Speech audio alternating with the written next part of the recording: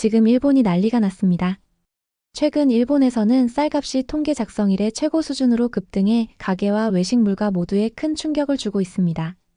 5kg당 가격은 작년 약 2,600원 하나 환산해서 올해 4월 둘째 주 기준 42,000원으로 2배 이상 뛰었고 1971년 통계 집계 이후 가장 높은 수준을 기록했습니다.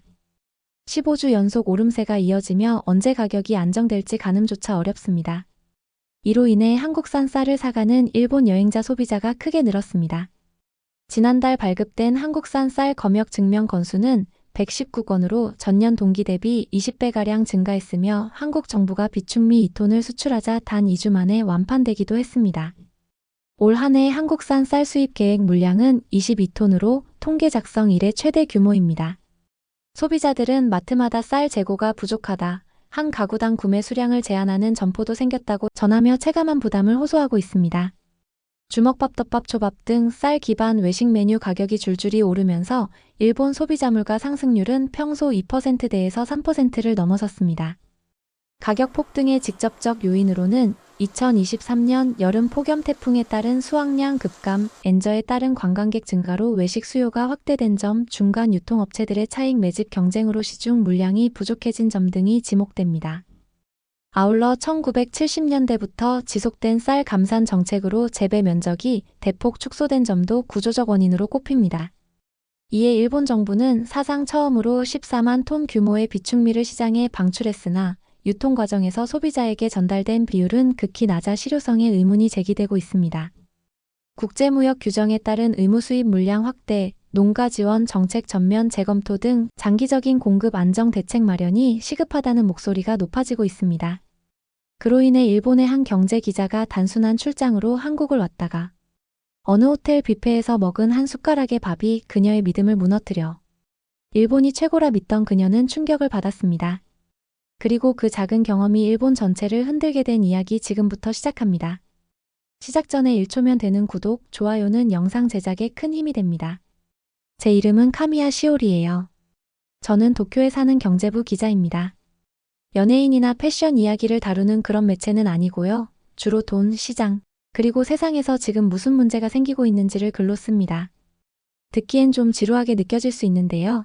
사실 최근 일본에서 벌어진 일은 경제 기사도 아주 심각하게 만들었어요. 그 시작은 쌀이었어요. 네, 맞아요. 매일 먹는 바로 그 쌀이요.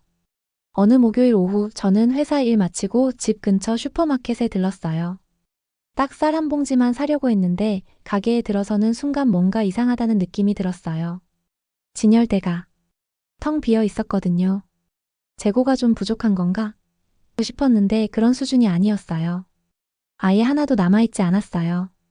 사람들은 여기저기에서 수군거리고 있었고 어떤 사람은 분노에 찬 얼굴로 말하더라고요.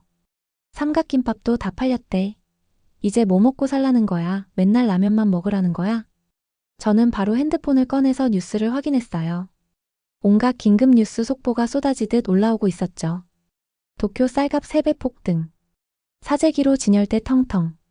정부 비축미 긴급 방출 결정. 믿기지 않았어요. 불과 몇 주 전까지만 해도 아무 문제 없었는데요. 지금은 가장 저렴한 쌀마저도 거의 2배 이상으로 가격이 올랐더라고요. 진열대 아래에 누군가 놓고 간 것 같은 쌀 5kg짜리 한 봉지를 발견했는데 가격표를 보니 4,200엔. 제가 마치 황금덩이를 들고 있는 것처럼 느껴졌어요. 하지만 살 수가 없었어요. 월세도 밀렸고 냉장고엔 거의 아무것도 없었고 대출 상환일도 다가오고 있었거든요. 어쩌다 이렇게 된 거지? 쌀 하나 제대로 못 사는 나라가 된 건가? 비 오는 길을 터벅터벅 걸어 집으로 돌아가는 길에 편의점 앞을 지났어요. 혹시나 하고 안을 들여다봤는데 거기조차 삼각김밥 칸이 텅텅 비어 있었어요. 집에 도착해서 쌀통을 열어봤어요. 혹시 남아있는 게 있을까 하고요. 아니요. 바닥에 붙어있는 부서진 쌀 몇 알이 전부였어요. 저는 그냥 소파에 주저앉았어요. 배는 고프고 마음은 지치고 기자라는 자부심도 이 순간엔 별 소용이 없더라고요.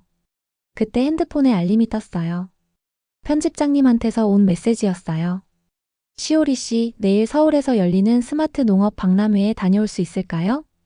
한국이요? 라고 답장했어요. 그게 지금 상황이랑 무슨 상관이 있나요? 그쪽에서 농업 관련해서 뭔가 흥미로운 시도를 하고 있대요. 혹시 우리가 왜 이런 위기를 겪고 있는지 실마리를 찾을 수 있을지도 몰라요.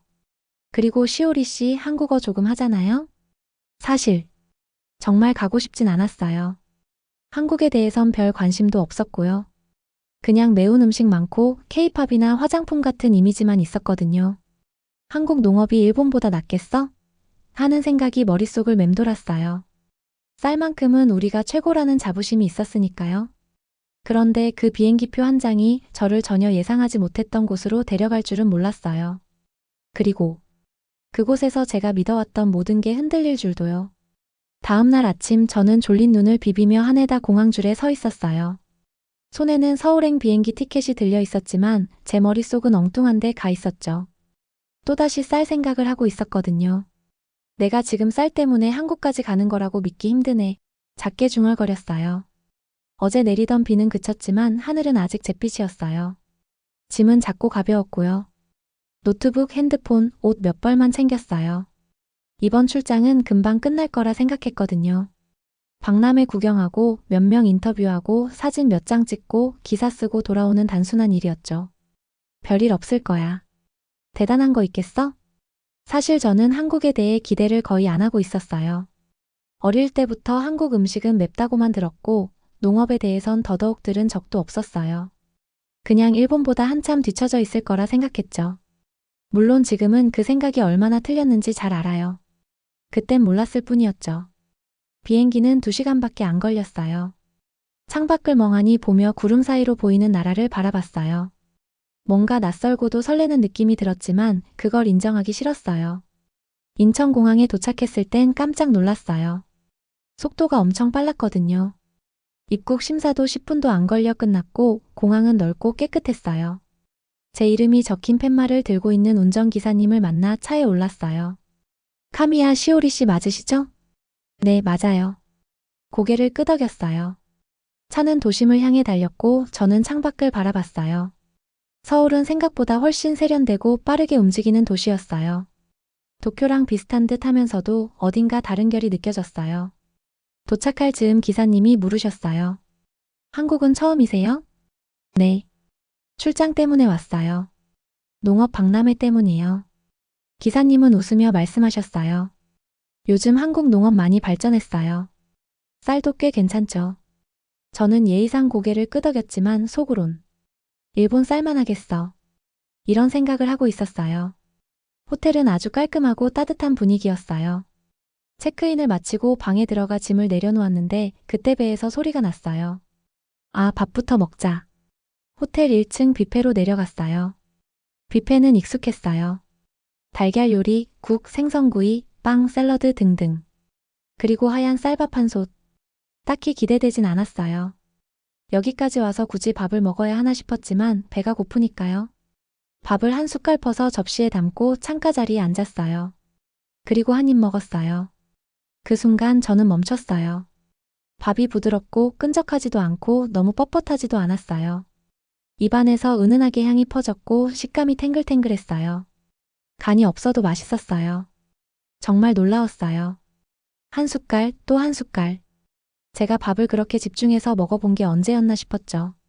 저도 모르게 중얼거렸어요. 이게 뭐야? 왜 이렇게 맛있지? 근처를 지나가던 호텔 직원분을 불렀어요. 저기요, 이 밥 특별한 쌀인가요? 수입 쌀이에요? 직원분은 웃으며 대답했어요. 아니요, 그냥 국산 쌀이에요. 요즘은 AI 기술로 재배하는 농가가 많거든요. AI요? 인공지능이요? 네, 물 주는 시기나 양, 비료 넣는 타이밍까지 다 자동으로 관리해요. 저는 말이 안 나왔어요.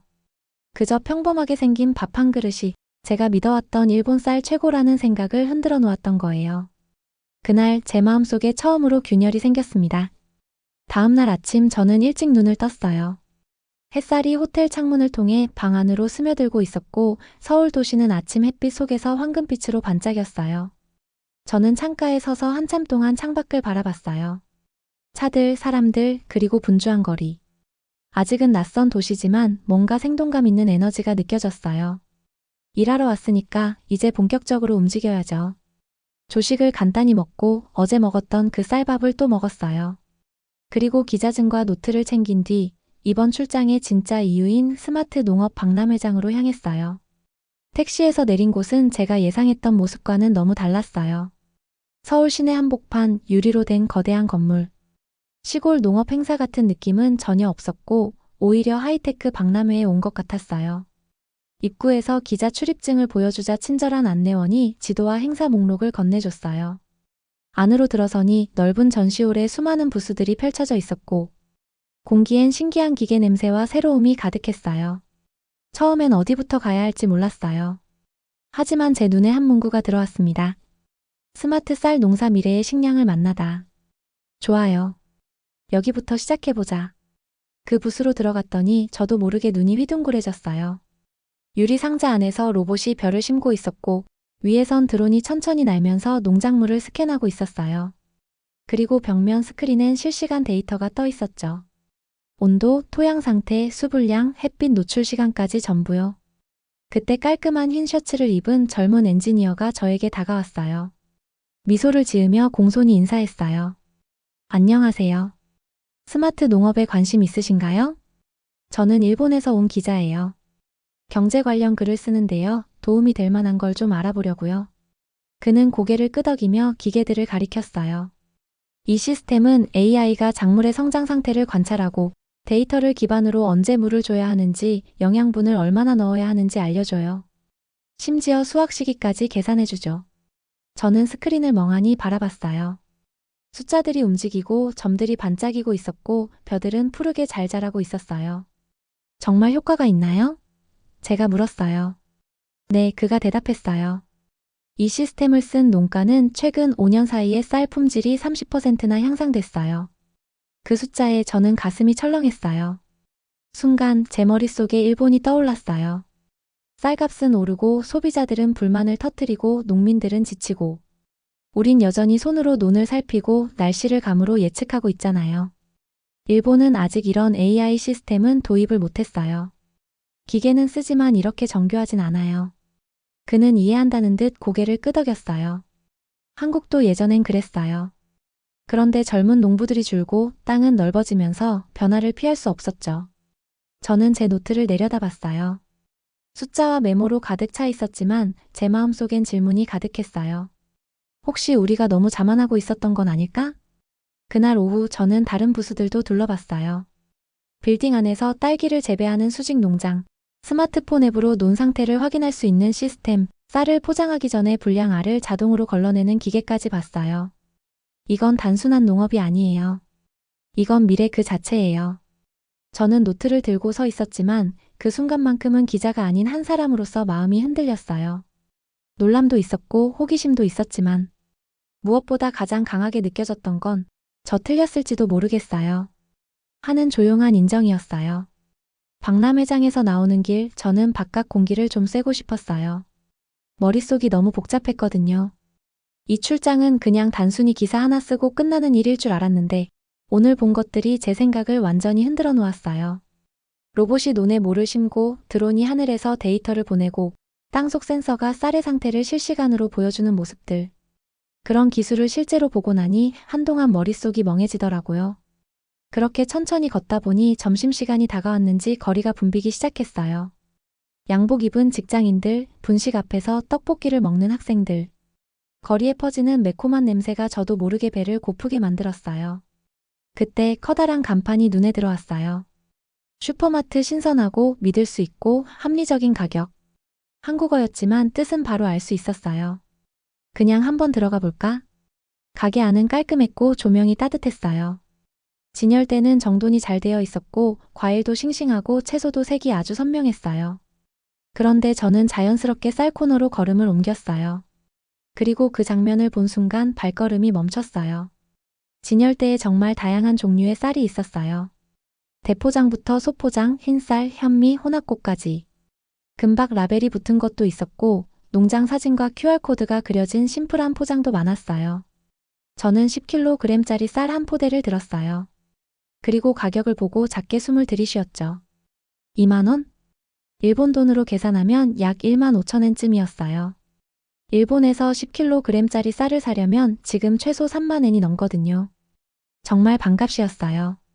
라벨을 다시 살펴보니까 스마트팜 생산, AI 재배, 추적 가능이라고 적혀 있었어요. 포장을 뒤집어 QR코드를 스캔해봤더니 해당 농장의 위치, 농부 이름, 수확일, 토양 상태 그래프까지 전부 다 나왔어요. 이게 기본이라고? 제가 작게 중얼거렸어요. 그때 옆에서 장을 보던 40대쯤 돼 보이는 여성분이 제 눈치를 채셨는지 미소 지으며 말씀하셨어요. 네, 저희는 보통 이렇게 확인하고 사요. 저는 고개를 천천히 끄덕였어요. 일본에서도 식품 품질은 중요하게 생각하지만 이렇게 투명하게 정보가 제공되는 시스템은 거의 없거든요. 대부분 브랜드 이름이나 가격, 전통에 의존하죠. 그런데 이곳 한국에서는 뭔가 다르게 하고 있었어요. 단지 쌀을 파는 게 아니구나. 신뢰를 함께 파는 거구나. 저는 한참 동안 그 쌀 포대를 들고 서 있었어요. 머릿속에 어머니 얼굴이 떠올랐어요. 니가타에서 오래도록 쌀 농사를 지으시며 늘 자랑스러워하시던 분이죠. 일본 쌀이 최고야. 그게 저희 집의 확고한 믿음이었어요. 그리고 저도 그걸 당연하게 여겨왔고요. 그런데 지금은 잘 모르겠어요. 이게 일본을 배신하는 일처럼 느껴졌지만 또 거짓말을 할 수도 없었어요. 이 쌀은 더 싸고 더 맛있고 더 스마트했어요. 저는 조용히 숨을 내쉬고 그 쌀 포대를 다시 선반에 올려놨어요. 아직은 사지 않았어요. 하지만 그 순간 제가 분명히 느낀 게 있었어요. 이제는 기사 쓰는 게 일이 아니라 이야기가 되어버렸다는 걸요. 이제는 제가 직접 경험하고 있는 진짜 변화라는 걸요. 박람회가 끝난 그날 밤 저는 조용히 호텔 방으로 돌아왔어요. 노트에는 숫자와 메모가 가득했지만 제 머릿속은 여전히 복잡했어요. 정말 많은 걸 보고 듣고 느꼈거든요. 호텔 책상에 앉아 노트를 펼쳐놓고 있었는데도 손은 잘 움직이지 않았어요. 기사로는 이 감정들을 다 담을 수 없을 것 같았어요. 그 순간 저는 핸드폰을 꺼내 엄마에게 전화를 걸었어요. 별 생각 없이 화면을 누르고 있었죠. 엄마는 금방 전화를 받으셨어요. 시올이야? 무슨 일이야? 응, 나 괜찮아. 그냥 생각이 좀 많아서. 그래? 거기 한국은 어때? 저는 창밖을 봤어요. 서울 야경이 조용하게 반짝이고 있었고 그걸 보면서 대답했어요. 생각보다 많이 놀라웠어. 엄마, 한국에선 지금 AI로 쌀을 재배해. 조금 정적이 흘렀어요. AI? 컴퓨터로 농사를 짓는다고? 응. 센서로 흙의 상태를 체크하고 물이나 영양분을 조절하는 시스템이 있더라고. 심지어 드론이 날아서 벼 상태를 확인하고 수확 시기까지 자동으로 알려줘. 뭔가 비싸고 복잡해 보이네. 나도 처음엔 그렇게 생각했어. 근데 가격도 싸고 진짜 맛있었어. 호텔에서 먹은 밥이 지금까지 먹어본 것 중에 제일 맛있었어. 엄마가 작게 웃으셨어요. 너 원래 밥에 예민하잖아. 저도 웃음이 났어요. 그러다 문득 조용해졌어요. 엄마, 우리 혹시 뒤처지고 있는 거 아닐까? 엄마는 잠시 말이 없으셨어요. 일본 쌀은 최고잖니? 그건 알지? 예전엔 저도 그렇게 굳게 믿었어요. 근데 지금은 좀 헷갈려요. 전화기 너머로 엄마가 주방에 앉아 계신 모습이 떠올랐어요. 마른 손, 굽은 허리, 수십 년 동안 논을 돌보며 살아오신 분이죠. 일본이 나쁘다는 게 아니에요. 그냥 세상이 생각보다 더 빠르게 변하고 있는 것 같아서. 엄마는 조용히 말씀하셨어요. 그럴 수도 있겠네. 근데 변화라는 건 항상 쉬운 일이 아니야. 알지? 네, 저도 알아요. 전화를 끊고 나서 저는 침대에 누워 천장을 바라봤어요. 이번 출장은 그냥 짧은 일정이었고 일 처리만 하면 되는 줄 알았는데 지금은 전혀 다른 감정이 생겼어요. 이건 그냥 일이 아니라 진짜 나의 이야기가 되어버렸어요. 한국은 저한테 거울 같은 역할을 했어요. 그 안에서 저는 자부심은 있었지만 변화엔 닫혀있던 일본의 모습을 봤고요. 그리고 그걸 아무 의심 없이 믿고 있었던 제 자신도 함께 봤어요. 우린 왜 이렇게 변화를 두려워할까? 혹시 변화가 전통을 부정한다고 생각해서 그런 걸까?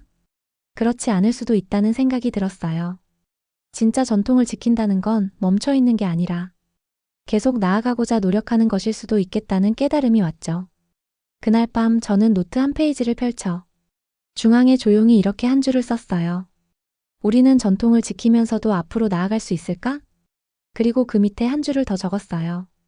어쩌면 그 시작은 쌀 한 톨에서부터일지도 몰라요. 다음 날 박람회에서 현장 견학 프로그램이 있었어요. 서울 근교에 있는 실제 스마트 농장을 방문하는 일정이었죠. 처음엔 그냥 짧게 둘러보는 정도일 줄 알았어요. 논 몇 군데 걷고 설명 조금 듣고 사진 몇 장 찍고 오는.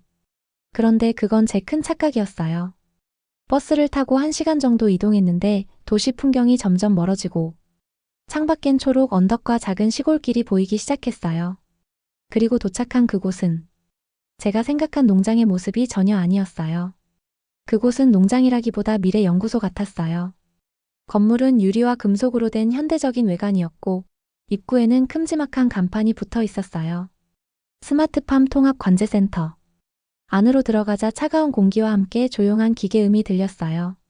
벽엔 커다란 컴퓨터 스크린이 줄줄이 걸려 있었고 사람들이 흰 셔츠를 입고 숫자와 지도를 집중해서 보고 있었어요. 그때 한 안내자가 다가와 저희를 반갑게 맞이했어요. 어서 오세요. 여기는 저희 스마트 쌀 농장의 통합 관제실입니다. 여기서 다 관리하시는 건가요? 제가 물었어요. 네, 맞습니다. 50개 이상의 논을 이곳에서 실시간으로 모니터링하고 있어요. 센서를 통해 토양 수분, 온도, 영양 상태 등을 체크하고 이상 신호가 뜨면 바로 알림이 가요. 그분이 손으로 가리킨 모니터 중 하나에는 빨간색 경고 표시가 떠 있었어요. 여긴 지금 물이 너무 많아서 자동으로 수위가 조절될 거예요. 저는 말없이 그 화면을 바라봤어요. 이런 시스템 일본에서는 본 적이 없었거든요. 그 다음엔 밖으로 나가서 실제 논을 보러 갔어요. 멀리서 보면 평범한 논 같았는데 가까이 가서 보니 여기저기 작은 금속 박스 같은 게 있었어요. 그게 센서였죠. 그리고 머리 위에서 드론이 윙하고 날고 있었어요. 그 소리는 새처럼 조용했어요. 안내자가 말했어요. 저 드론은 잎색, 길이, 햇빛 양 같은 데이터를 수집하고 있어요. 모든 정보가 실시간으로 본부로 전송돼요. 논 옆에 있던 몇몇 농장 직원분들이 저희를 향해 인사하셨어요. 그분들은 논에 쪼그리고 앉아 일하는 게 아니라 태블릿을 들고 기계 상태를 체크하고 있었어요. 이게 농사 맞아요?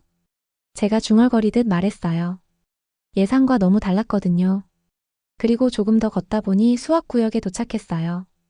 그곳엔 말 그대로 사람이 거의 없었고 기계들이 자동으로 쌀을 건조, 정리, 선별하고 있었어요.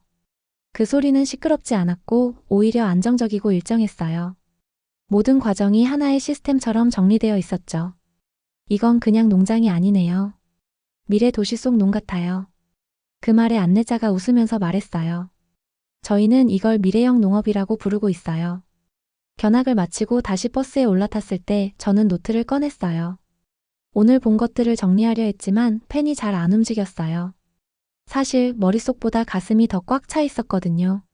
엄마가 이걸 보셨다면 어떤 반응이셨을까? 처음엔 당황하시고 두려워하셨을 수도 있어요. 하지만 한편으로는 감탄하셨을지도 몰라요. 그 순간 저는 깨달았어요. 미래를 무서워할 필요는 없다고요. 때로는 한번 직접 경험해보는 것만으로도 충분하다는 걸요. 스마트팜을 다녀온 다음 날 저는 호텔 방에 앉아 조용히 생각에 잠겼어요. 아직도 믿기지 않았거든요. 제가 본 게 정말 현실인지 꿈은 아닌지 자꾸만 되뇌게 됐어요. 기계가 모를 심고 드론이 하늘에서 날아다니고 센서가 논의 상태를 실시간으로 체크하고 스마트폰 하나로 모든 걸 관리하는 그런 모습들. 이 모든 걸 보고 나니 머릿속이 점점 더 복잡해졌어요. 도대체 왜 우리는 아직도 저런 걸 하지 않고 있는 걸까? 그때 TV를 켰는데 뉴스에서 이런 자막이 떴어요. 일본 쌀 부족 계속 쌀값 폭등에 소비자 불만. 정말 마음이 철렁했어요. 이제는 입 다물고 있을 수만은 없겠다. 그날 밤 저는 도쿄에 있는 편집장님께 메일을 보냈어요. 그냥 박람회 기사만 쓰는 걸로는 부족할 것 같아요. 제가 여기서 본 것들 기술, 가격, 맛, 시스템 전부 다 진짜로 알리고 싶어요. 편집장님은 빠르게 답장을 보내셨어요. 흥미롭네. 마침 여기 방송국에서도 박람회 다녀온 사람 인터뷰하고 싶다던데 혹시 출연해 볼래? 한참을 망설였어요. 전 원래 글 쓰는 사람이에요. 조용히 앉아서 타자 치는 게 익숙하지 밝은 조명 아래에서 말하는 건 정말 자신 없었거든요. 하지만 엄마의 손, 비어있는 일본의 쌀 진열대, 그리고 서울에서 먹었던 그 밥맛이 머릿속을 떠나질 않았어요. 할게요. 저는 그렇게 답장을 보냈어요. 그날 오후 저는 서울의 한 방송국에 도착했어요. 작은 스튜디오, 따뜻한 조명, 낯선 카메라 앞에 앉은 저는 심장이 계속 쿵쾅거렸어요. 진행자분이 미소를 지으며 인사를 하셨어요. 자, 오늘은 일본에서 오신 카미야 시오리 기자님을 모셨습니다. 스마트 농업 박람회를 직접 다녀오셨다고요? 가장 놀라웠던 점은 무엇이었나요? 저는 숨을 한번 크게 쉬었어요. 솔직히 말씀드리면 모든 게 놀라웠어요. 진행자분이 웃으시며 고개를 끄덕이셨어요. 범위가 꽤 넓네요. 사실 저는 일본 쌀이 세계 최고라고 늘 믿고 있었어요. 그런데 한국에 와서 보고 먹어보고 느낀 게 있어요. 여기는 진짜 미래를 만들고 있었어요. 저는 호텔에서 먹은 쌀밥 이야기를 했어요. 그 첫 숟가락이 얼마나 충격이었는지, 그게 단순한 밥맛이 아니라 기술과 정성이 만든 맛이었단걸요. AI, 드론, 실시간 모니터링, 소비자에게 열려있는 정보 시스템까지. 그 모든 것들이 얼마나 효율적이고 또 믿음직했는지도 설명드렸어요. 그때 진행자분이 질문하셨어요. 제가 가장 두려워했던 질문이었죠. 카미야 기자님, 혹시 한국 쌀이 일본 쌀보다 낫다고 생각하시나요? 순간 조용해졌어요. 하지만 저는 진실을 말해야 한다고 생각했어요. 네. 그렇게 느꼈어요. 단지 맛 때문이 아니라 그 쌀이 만들어지는 방식과 가치에서 차이를 느꼈거든요. 한국은 지금 지속 가능한 농업을 실현하고 있었어요. 스튜디오 안이 조용했어요. 제 손이 조금 떨렸지만 후회는 없었어요. 그때 진행자분이 웃으시며 말씀하셨어요. 솔직한 말씀 감사합니다. 방송이 끝나고 호텔로 돌아와 핸드폰을 열었는데 메시지가 정말 많이 와 있었어요. 어떤 분은 화도 내셨어요. 일본 쌀을 무시하다니. 왜 우리 걸 깎아내리냐. 는 말도 있었고요. 하지만 그 중엔 이런 글도 있었어요. 고맙습니다. 우리도 배워야 할 게 있다는 거 느꼈어요. 그 쌀 저도 먹어보고 싶어요. 변화가 두려운 건 당연하지만 멈춰 있으면 더 위험하다는 걸 알았어요. 그때 저는 깨달았어요. 이건 그냥 기사 한 줄이 아니라 진짜 대화를 시작하는 일이라는 걸요. 그리고 그 대화는 밥 한 숟가락에서 시작됐다는 걸요. 방송이 나가고 며칠 뒤 저는 일본으로 돌아왔어요. 도쿄는 그대로였지만 저는 그렇지 않았어요. 출장 전에 저는 그냥 기사 하나 쓰고 돌아오면 된다고 생각했어요. 그런데 한국에서 보낸 며칠이 제 안에 무언가를 완전히 바꿔놓았어요. 작고 조용한 제 아파트에 들어서니 익숙한 풍경이었지만 마음은 어딘가 허전했어요. 짐을 내려놓고 주방으로 가서 쌀통을 열었는데요. 텅 비어 있었어요. 그 순간 서울 호텔에서 먹었던 그 쌀밥이 떠올랐어요. 그 따뜻한 향기, 부드럽고 탱글탱글했던 식감, 그리고 그 뒷면에 있던 AI와 기술, 그리고 신뢰. 저는 조용히 자리에 앉아 노트북을 켰어요. 검색창에 이렇게 쳤죠. 한국 스마트팜 쌀 일본 배송. 생각보다 많은 사이트가 떴어요. 일본어 서비스를 지원하는 곳도 있었고 쌀 사진과 설명도 아주 자세하게 나와 있었어요. 그중 하나를 클릭해서 자세히 보니 QR코드, 수확일, 농장 위치, 품질 검사 정보까지 전부 확인할 수 있었어요. 마우스 커서가 주문하기 버튼 위에 멈췄어요. 내가 지금 정말 한국 쌀을 주문하려는 거야? 순간 마음이 복잡했어요. 왠지 모르게 조국을 배신하는 기분도 들었어요. 하지만 그와 동시에 정말 엄마와 이 쌀을 같이 먹어보고 싶다. 는 생각이 강하게 들었어요. 결국 저는 클릭했어요. 5kg 한 포대. 며칠 후 택배 상자가 도착했어요.